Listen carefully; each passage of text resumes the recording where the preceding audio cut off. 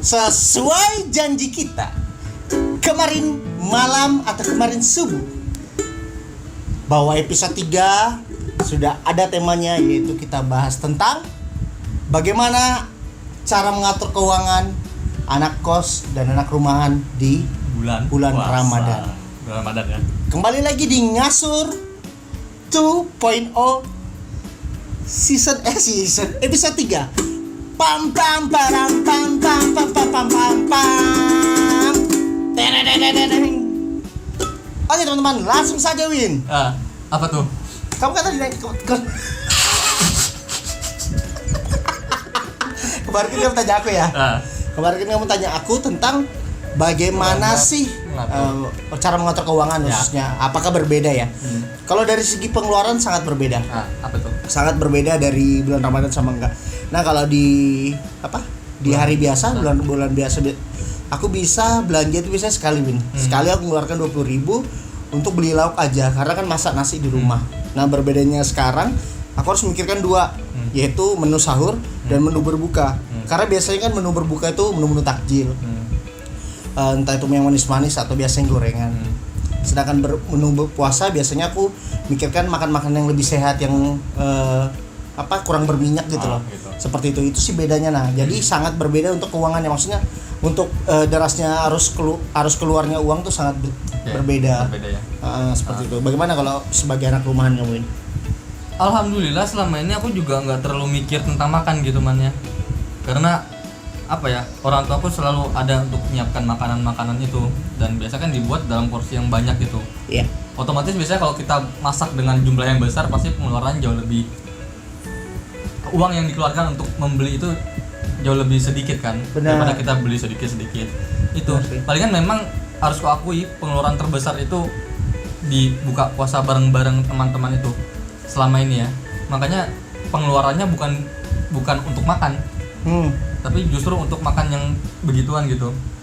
Dan itu nggak sedikit kalau aku sendiri ya untuk mengeluarkan uang sebanyak itu. Makan begituan. Ya makan gimana sih makan? Buka puasa. Iya kan ada itu. Kue, ada takjil dan sebagainya. Nanti ada makan. Apalagi barusan opinimu juga menjelaskan makanya memang sebaiknya seperti pesan kita di video kemarin nih. Buka puasa bersama, go online aja. Iya, go online aja. aku masih nggak ngerti konsep online dari rumah dari kemarin tuh gimana. Maksudnya go online itu secara silaturahmi aja. Iya. Jadi buka puasa, baru rekam aja, baru kita video call udah, nggak perlu bertemu langsung. Nah kalau hari ini kan kita sengaja kita rekam memang kan pada saat corona nih, ya kan sudah PSB pembatasan sosial berskala besar PSBB. Ya, itulah. Kita kan udah cukup social distancing. Tapi kita nggak banyak-banyak kok di sini. Sekali lagi udah ada SOP-nya kalau masuk kontrakan ini. Harus bawa hand sanitizer, harus pakai masker, harus cuci tangan biasanya sama kaki kalau masuk ke rumah. Ya kalian jangan lupa cuci kaki juga ya, kalian keseringan cuci tangan. Kaki kalian tuh lengket gitu loh. Itu makanya kata orang tua dulu kalau misalkan habis jalan tuh cuci kaki. Itu biar terhindar dari virus juga. Tapi man gini, aku mau kembali ke tema. Aku udah nyambung tuh. Aku mau kembali ke tema tentang pengeluaran siap. Pengeluaran. Sebenarnya kalau kamu sendiri man, itu rela nggak sih untuk mengeluarkan uang sedemikian?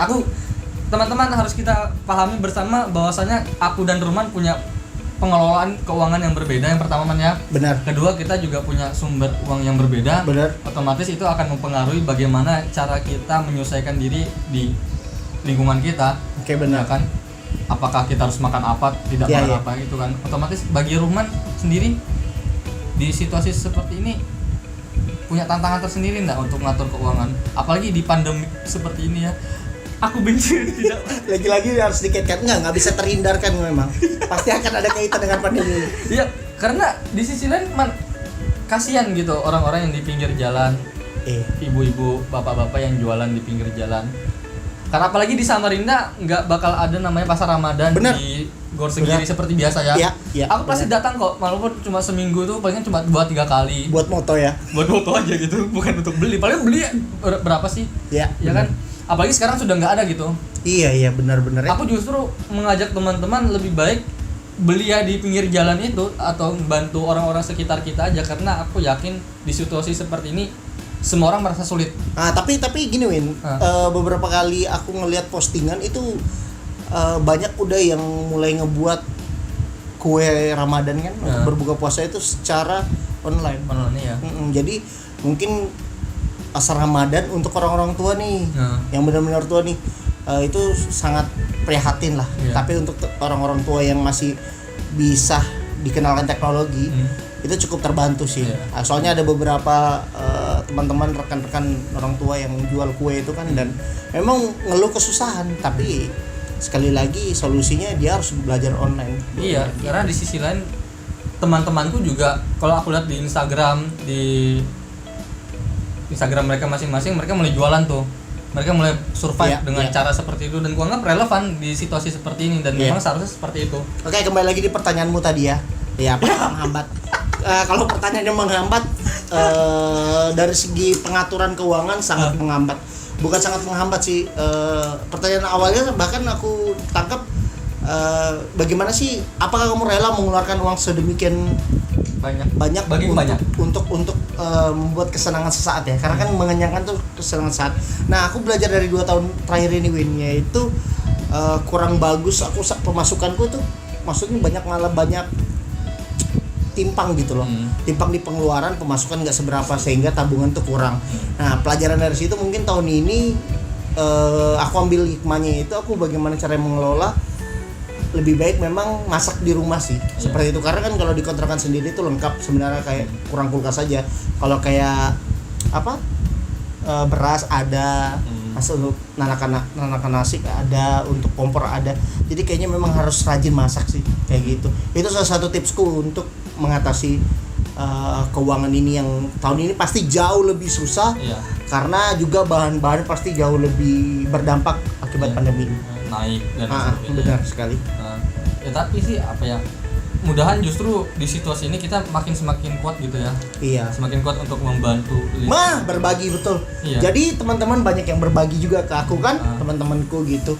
Ya kan, apalagi tahu sudah pandemi, baru kita anak kontrakan susah. Banyak teman-teman yang mengantarkan makanan ke sini kan. Ya niatnya makan bareng, padahal mau ngantarkan padahal mau makan bareng. Enggak masalah. Yang penting bawa ke sini teman-teman. Itu maksudku. Ya tadi sih Man, kalau aku lihat efek samping itu tadi kayak tetap membantu sesama kita di sekitar kita. Ya. Kita membantu bukan karena kasihan, karena kita tahu itu susah dan kita merasakan kesusahannya. Iya. Karena bagiku mengasihani orang terlalu berlebihan itu juga gak bagus. Iya.